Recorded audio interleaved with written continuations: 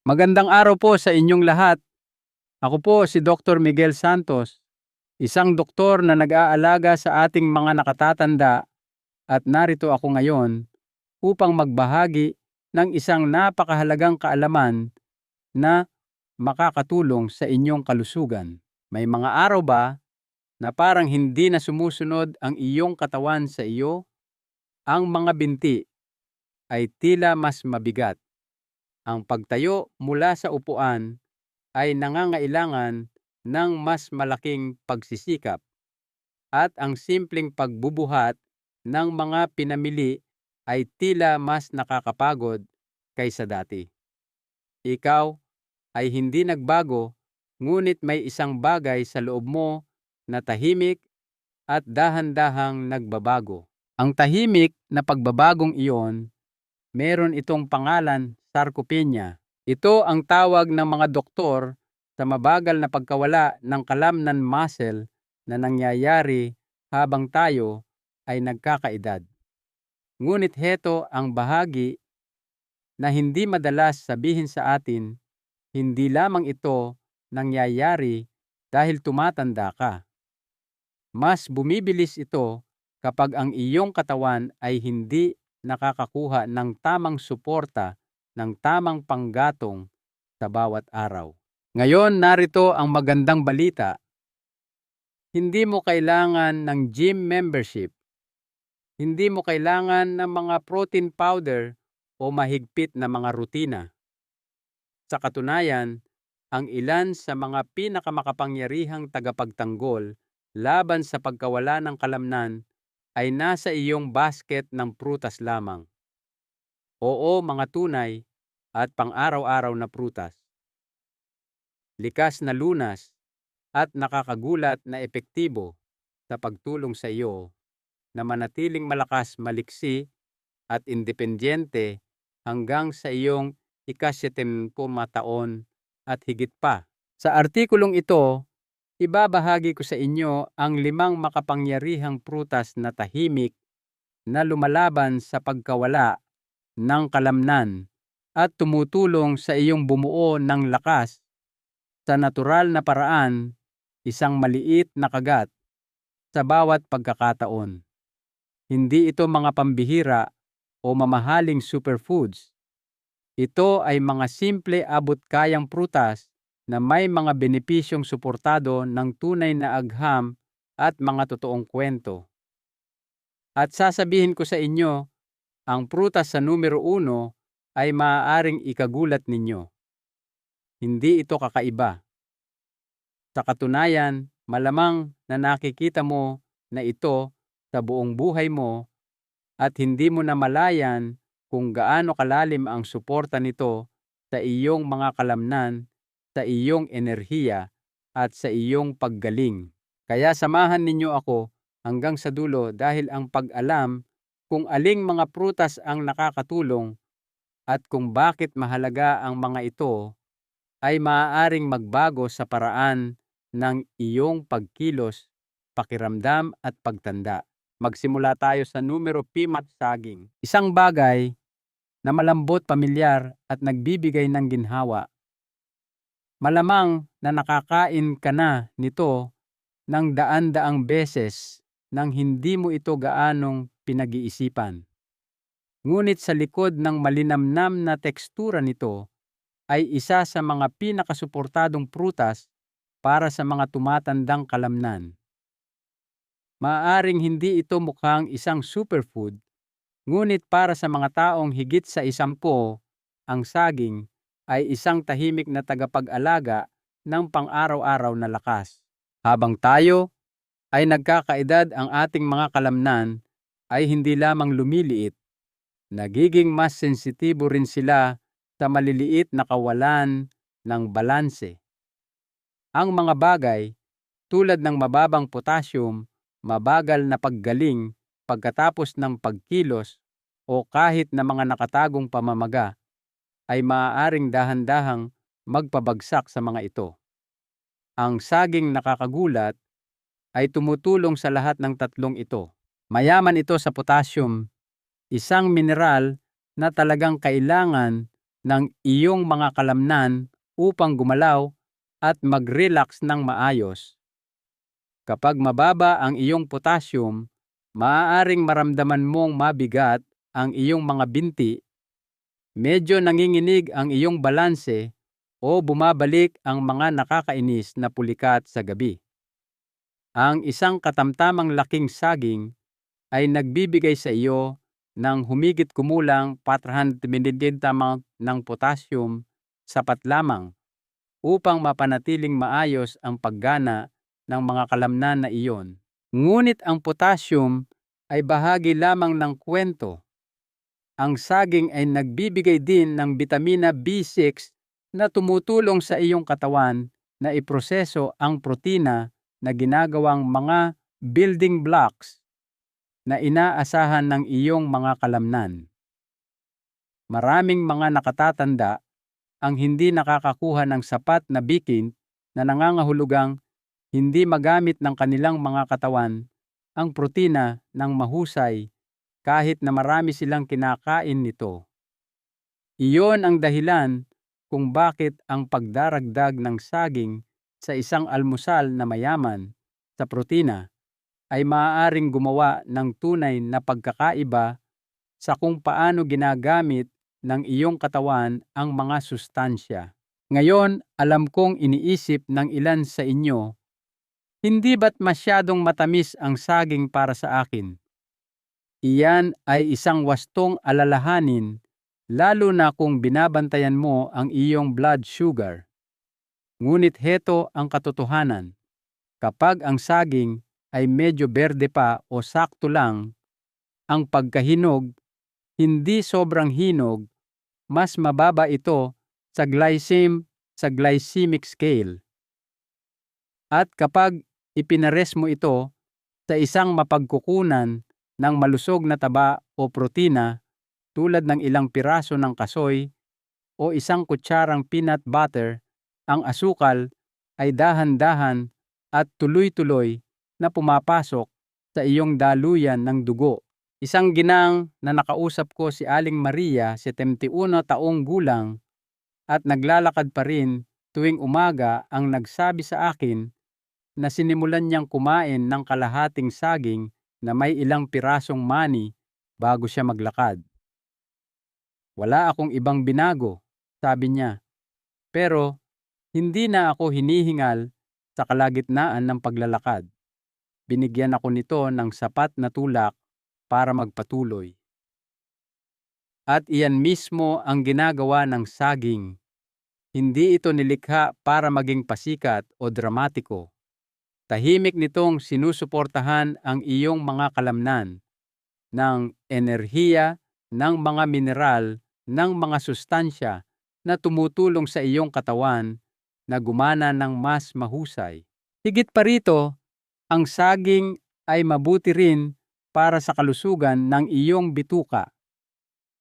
Ang natural na fibers nito ay tumutulong sa panunaw at ang resistant starch sa mga hindi pagaanong hinog na saging ay nagpapakain sa iyong mabubuting gut bacteria. At kapag malusog ang iyong bituka, mas mahusay mong nasisipsip ang mga sustansya na nangangahulugang mas maraming nakukuha ang iyong mga kalamnan na kailangan nila. Kaya paano mo magagamit ang saging para sa iyong kapakinabangan? Simple lang. Hiwain ang kalahating saging sa iyong morning oats. I-blend ang isa sa isang smoothie na may gatas ng soya. O kainin lang ito sa kalagitnaan ng hapon kapag kailangan mo ng isang natural na pampalakas ng enerhiya. Ang susi ay hindi lamang sa pagkain nito. Ito ay sa paggawa nitong bahagi ng isang ugali na sumusuporta sa iyong lakas. Ang isang saging sa isang araw ay hindi muling itatayo ang lahat ng iyong kalamnan sa isang gabi, ngunit sa paglipas ng panahon, maaari nitong tahimik na suportahan ang mga bagay na mahalaga, ang iyong enerhiya, ang iyong balanse, ang iyong kakayahang magpatuloy, ng walang pag-aalinlangan. Ngayon, pag-usapan natin ang isang prutas sa numero 4, blueberries. Ito ay maliit, matingkad ang kulay, at puno ng nakapagpapagaling na kapangyarihan. Maaaring maliit ito, ngunit huwag mong maliitin. Pagdating sa pagprotekta sa iyong mga kalamnan, kasukasuan, at pangkalahatang paggalaw, ang maliit na berry na ito ay napakalakas. Isa sa mga pinakamalaking nakatagong banta sa ating mga kalamnan habang tayo ay tumatanda ay isang bagay na hindi natin nakikita o nararamdaman kaagad, pamamaga o inflammation. Ito ay dahan-dahang dumarating na nagiging sanhi ng paninigas ng mga kalamnan, pananakit ng kasukasuan ng higit sa karaniwan, at mas matagal na paggaling kahit na pagkatapos ng magaan na pagkilos. Sa paglipas ng panahon, ang talamak na pamamaga ay unti-unting sumisira sa mga hibla ng kalamnan at ginagawang mas mahirap na manatiling aktibo. Dito nagniningning ang blueberries. Ang nagpapaging espesyal sa kanila ay ang kanilang mayamang supply ng anthocyanins, ang parehong mga compound na nagbibigay sa kanila ng matingkad na kulay asul-lila. Ang mga natural na antioxidant na ito ay lumalaban sa pamamaga at oxidative stress na nangangahulugang tumutulong silang protektahan ang iyong mga kalamnan sa antas ng selula. Sa katunayan, ipinapakita ng pananaliksik na ang mga nakatatanda na regular na kumakain ng blueberries ay nakakaranas ng mas mahusay na paggalaw, mas malakas na pag-andar ng binti, at kahit na pinabuting balanse. Naalala ko ang isang maginoong Ginoo na nagngangalang Mang Lito, 74 taong gulang, at nagpapagaling mula sa isang pinsala sa balakang. Sinabi niya sa akin na sinimulan niyang magdagdag ng blueberries sa kanyang almusal matapos basahin ang tungkol sa mga benepisyo nito laban sa pamamaga. Iyon lang ang binago ko, sabi niya.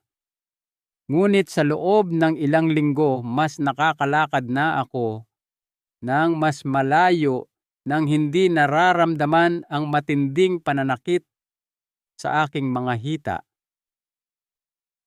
Ngumiti siya at sinabing parang nakikipagtulungan na ulit ang mga binti ko. Bukod sa paggaling ng kalamnan, tumutulong din ang blueberries na suportahan ang insulin sensitivity. Ito ang kakayahan ng iyong katawan na hawakan ng maayos ang asukal. Ito ay mahalaga para sa sinumang namamahala ng type 2 diabetes o pre-diabetes. Kapag mahusay gumana ang iyong insulin, ang mga sustansyang kinakain mo, lalo na ang mga carbs at protina, ay mas epektibong naihahatid sa iyong mga selula ng kalamnan. Nangangahulugan iyon ng mas maraming panggatong, mas mahusay na pagkumpuni at mas kaunting pagkapagod. At ang bonus, ang blueberries ay natural na mababa sa asukal. Hindi mo kailangang mag-alala na bigla nitong itataas ang iyong blood sugar, lalo na kung kinakain mo ito bilang bahagi ng isang balanseng pagkain, isang dakok sa iyong oatmeal ihalo sa yogurt na walang asukal o i-blend sa isang morning smoothie. Akma itong isama nang hindi nag-o-overload sa iyong sistema. Ang ilan ay nag-i-freeze pa nga nito at kinakain bilang isang malamig at kasing laki ng kagat na treat. Simple abot kaya at ligtas kahit para sa mga nagbabantay ng kanilang glucose o namamahala sa mga alalahanin sa puso. Ngunit marahil ang pinakamakapangyarihang bagay tungkol sa blueberries ay hindi lamang sila lumalaban sa pinsala. Sinusuportahan nila ang pagkumpuni. Hinihikayat nila ang iyong katawan na mas mabilis na gumaling pagkatapos ng pagkilos.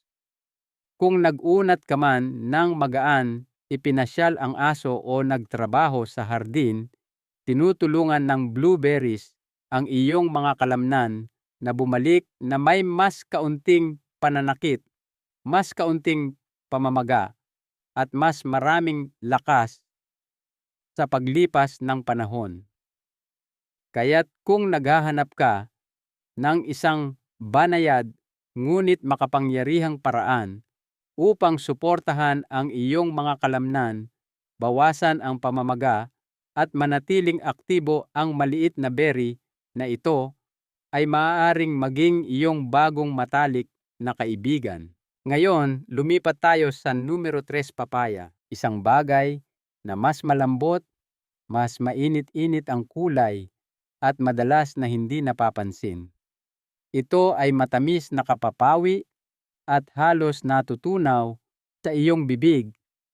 Ngunit ang tunay na lakas nito ay nasa ilalim ng balat, lalo na pagdating sa pagsuporta sa panunaw at pagtulong sa iyong mga kalamnan na sipsipin ang kailangan nila para lumago at gumaling. Nakikita nyo, habang tayo ay nagkakaedad, natural na bumabagal ang ating panunaw.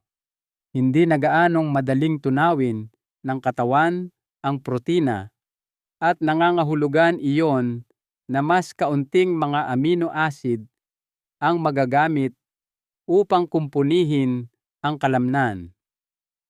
Maaaring kumakain ka ng maayos kahit na nagdaragdag ng mas maraming protina sa iyong mga pagkain.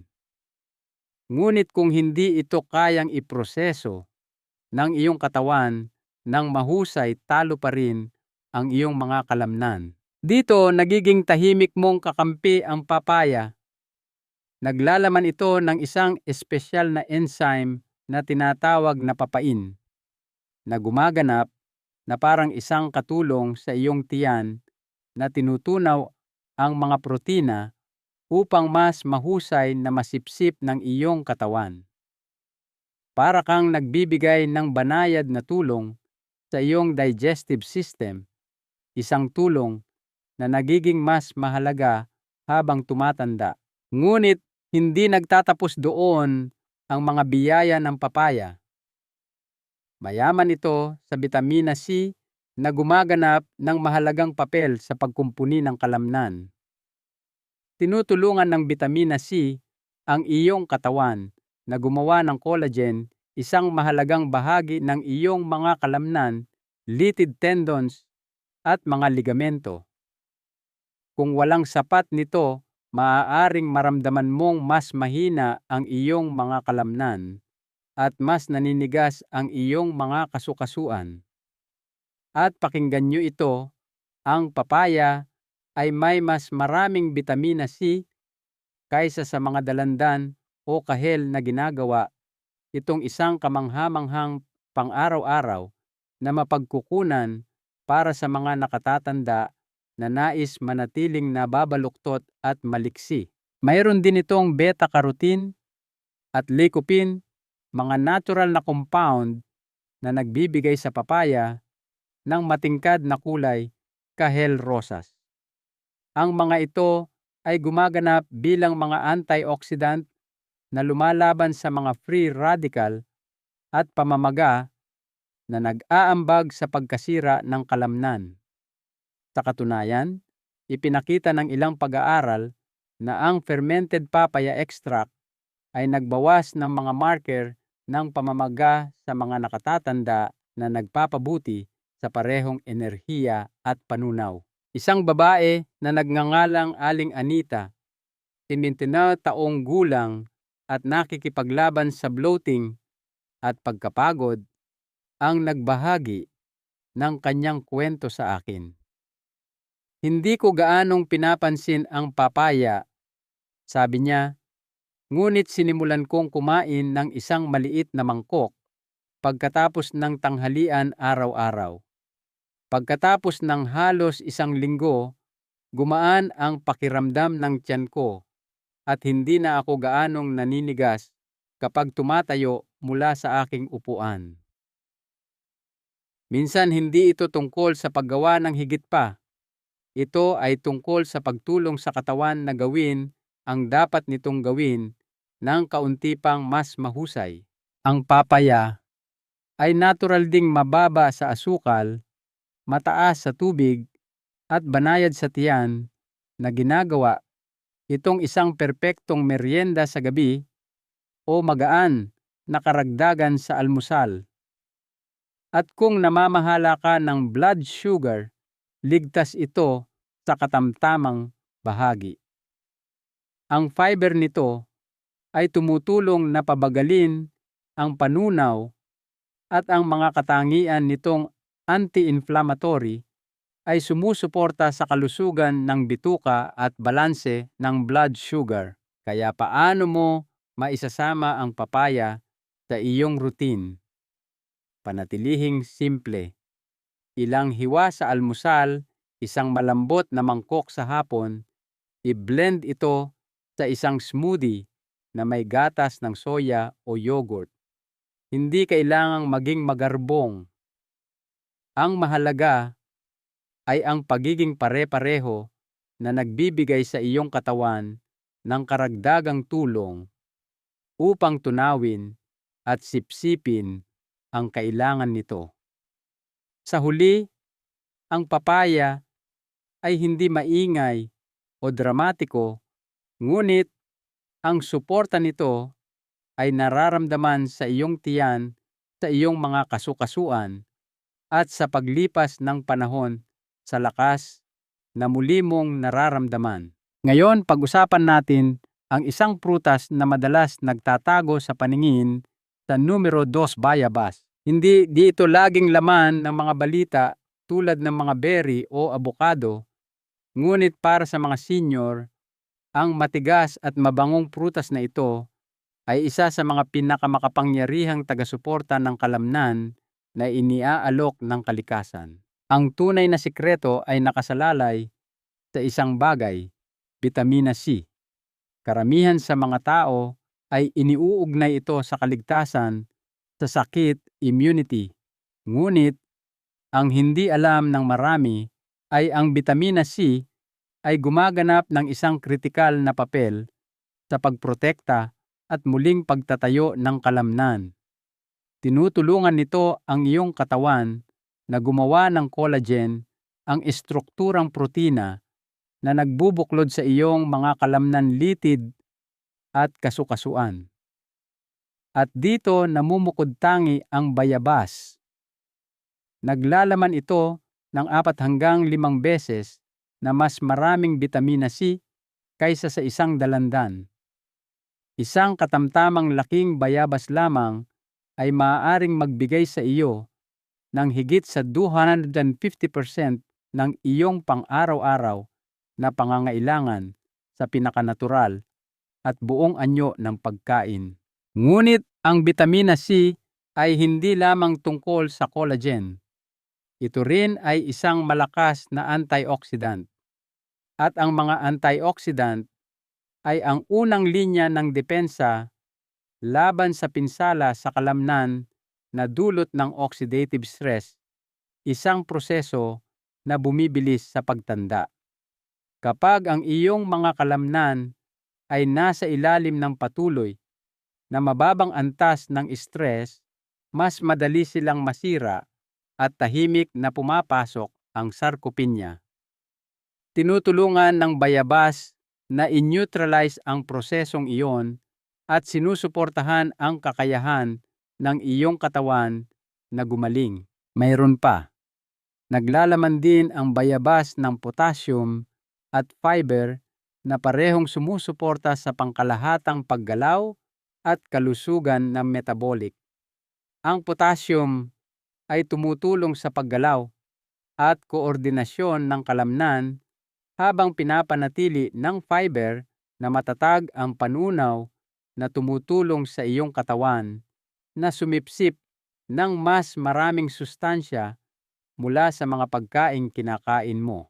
Isang lalaki na nagngangalang Mang Cardo 72 ang minsang nagsabi sa akin na ang bayabas ay naging bahagi ng kanyang retirement recovery routine.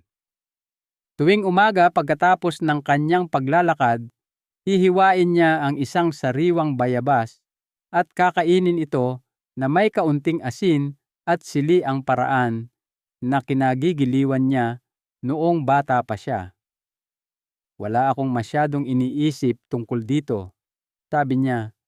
Ngunit pagkatapos ng ilang linggo, hindi na gaanong naninigas ang mga tuhod ko at bumuti ang aking balanse. Hindi ito mahika. Ito ay isang bagay na totoo. Ang nakakaginhawa rin ay ang bayabas ay diabetic friendly. Sa kabila ng banayad na tamis nito, mayroon itong mababang glycemic index na nangangahulugang hindi nito biglang itataas ang iyong blood sugar. At ang mga antioxidant nito, lalo na ang lycopene, ay nagpakita ng mga benepisyo para sa kalusugan ng puso, pagbabawas ng presyon ng dugo, at pagpapabuti ng sirkulasyon na mahalaga para sa paghahatid ng oxygen at sustansya sa iyong tissue ng kalamnan. Paano mo maisasama ang bayabas sa iyong buhay? Ang sariwa ang pinakamahusay. Kainin itong hilaw, hiniwa kasama ang balat. Dito nagtatago ang marami sa mga sustansya. Maaari mo rin itong idagdag sa mga smoothie o i-chop sa isang fruit salad. Kung hindi available ang sariwa, ang katas ng bayabas na walang asukal sa maliit na halaga ay isang mahusay na pagpipilian din. Sa mundo ng kalusugan ng kalamnan, maaaring hindi nagsusuot ng kapa ang bayabas, ngunit tiyak na gumagana ito tulad ng isang bayani. Tahimik tuloy-tuloy sa bawat kagat. Ngayon, naglaan kami ng isang bagay na matamis at makapangyarihan para sa huli. Isang prutas na hindi lamang nagbibigay sa iyo ng mabilis na enerhiya, kundi pinapakalma rin ang pamamaga at tumutulong na panggatong sa mga pagod na kalamnan nang hindi biglang itinataas ang iyong asukal. Pag-usapan natin ang madalas na hindi nauunawaang numero 1 dates. Maliit, kulubot, natural na matamis. Maaari mong isipin ang mga ito bilang isang pangpista na pagkain o isang bagay na kinakain tuwing Kapaskuhan. Ngunit kung ikaw ay higit sa 60 at sinusubukang manatiling malakas ang dates, ay maaaring tahimik na maging isa sa iyong pinakamakapangyarihang mga kakampi. Magsimula tayo sa kung ano ang unang napapansin ng karamihan enerhiya. Habang tayo ay nagkakaedad karaniwan nang makaramdam ng kaunting pagkahapo, lalo na pagkatapos ng kahit magaan na aktibidad.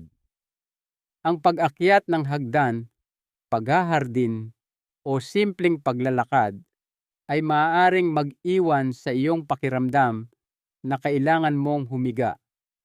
Ito ay bahagyang dahil sa hindi na bumabalik sa dati ang iyong mga kalamnan. Dito pumapasok ang dates. Ang dates ay mayaman sa natural na asukal. Oo, ngunit puno rin sila ng fiber na nagpapabagal sa kung paano nasisipsip ang asukal na iyon. Nangangahulugan iyon na ang ilang piraso ng dates ay maaaring magbigay sa iyo ng isang banayad at tuloy-tuloy na pagtaas ng enerhiya nang hindi biglang itinataas ang iyong blood sugar. Sa katunayan, ipinakita ng mga pag-aaral na ang dates ay may mababa hanggang katamtamang glycemic index na ginagawa itong mas ligtas kaysa sa inaakala ng karamihan. Kahit para sa mga namamahala ng type 2 diabetes, kapag kinakain na may moderasyon. Ngunit higit pa sa tamis ang iniaalok ng dates. Puno sila ng potassium at magnesium, dalawang mineral na sumusuporta sa malusog na paggalaw ng kalamnan at nagbabawas ng mga pulikat. Kung nakaranas ka na ng pananakit ng binti sa gabi o naramdaman mong mas mabilis manghina ang iyong mga binti kaysa dati ang mababang potassium, ay maaaring bahagi ng dahilan. Ang ilang piraso lamang ng dates ay makakatulong na punan muli ang mga imbakan na iyon, lalo na pagkatapos ng pisikal na aktibidad. Ang mas kahanga-hanga pa, ang dates ay napakayaman sa mga antioxidant, lalo na ang mga flavonoids at phenolic acids na tumutulong na pakalmahin ang pamamaga at bawasan ang oxidative stress. Ang mga antioxidant na ito ay tumutulong na protektahan ang iyong mga selula ng kalamnan at sinusuportahan pa nga ang iyong puso, utak at immune system. May isang Ginoo akong nakausap, 70 taong gulang, na nagsabi sa akin na nagsimula siyang kumain ng 2 pirasong dates pagkatapos ng kanyang paglalakad sa umaga kasama ang isang dakok ng mani. Sinabi niya, pinipigilan nito ang pagbagsak ng aking enerhiya sa hapon at nakapagtataka, hindi na gaanong sumasakit ang mga tuhod ko. Hindi ito isang himala, kundi isang matatag at natural na suporta na talagang magagamit ng kanyang katawan. Isa pang dahilan kung bakit ang dates ay senior-friendly, malambot sila, madaling nguyain, at hindi nangangailangan ng anumang magarbong paghahanda. Walang kutsilyo, walang blender. Buksan lang at kainin. Ang simpleng ito ay ginagawa silang perpekto para sa mga nais ng nutrisyon na parehong maginhawa at mabait sa katawan. Ngayon, mahalaga ang moderasyon. Ang dates ay siksik sa calories at asukal, kaya't 2 hanggang 3 piraso sa isang araw ay sapat na. Isama sila sa kaunting protina tulad ng mga almonds o isang hiwa ng keso, at meron ka ng isang merienda na mapagmahal sa kalamnan at palakaibigan sa blood sugar na tunay na sumusuporta sa paggaling. Kaya't kung naghahanap ka ng paraan upang panggatong sa iyong mga kalamnan, bawasan ang pananakit at malampasan ang araw nang walang pagkahapo sa hapon, ang dates ay maaaring maging iyong bagong paboritong ugali. Mga tips sa kalusugan para sa mga senior, kaya ngayon nakilala na ninyo sila. 5 simpleng prutas. Bawat isa ay may sariling tahimik na lakas. Hindi mga tableta, hindi mga pulbos, kundi mga regalo lamang mula sa kalikasan na sumusuporta sa iyong katawan sa mga paraan na maaaring hindi mo inaasahan. Hindi sila nangangako ng mga himala, ngunit nag-aalok sila ng isang bagay na kasing lakas, suporta na iyong mararamdaman. Isang kaunting dagdag na lakas sa iyong mga binti, isang kaunting bawas sa pananakit. Sa umaga, isang kaunting dagdag na kumpiyansa kapag gumagalaw ka sa iyong araw. At ang pinakamagandang bahagi, hindi mo kailangang baguhin ang iyong buong buhay. Hindi mo kailangang sumunod sa isang mahigpit na diyeta o isuko ang lahat ng gusto mo. Kailangan mo lamang magsimula sa isang maliit na karagdagan sa bawat pagkakataon, isang saging sa iyong morning oats, ilang blueberries sa iyong yogurt, isang hiwa ng papaya pagkatapos ng tanghalian, kalahating bayabas sa hapon, 2 pirasong dates bago ang iyong paglalakad sa gabi. Ang mga ito ay hindi lamang mga prutas. Sila ay maliliit na gawa ng pag-aalaga, maliliit na mensahe sa iyong katawan na nagsasabing, nandito pa ako, gusto ko pa ring maging malakas, gusto ko pa ring mamuhay ng maayos.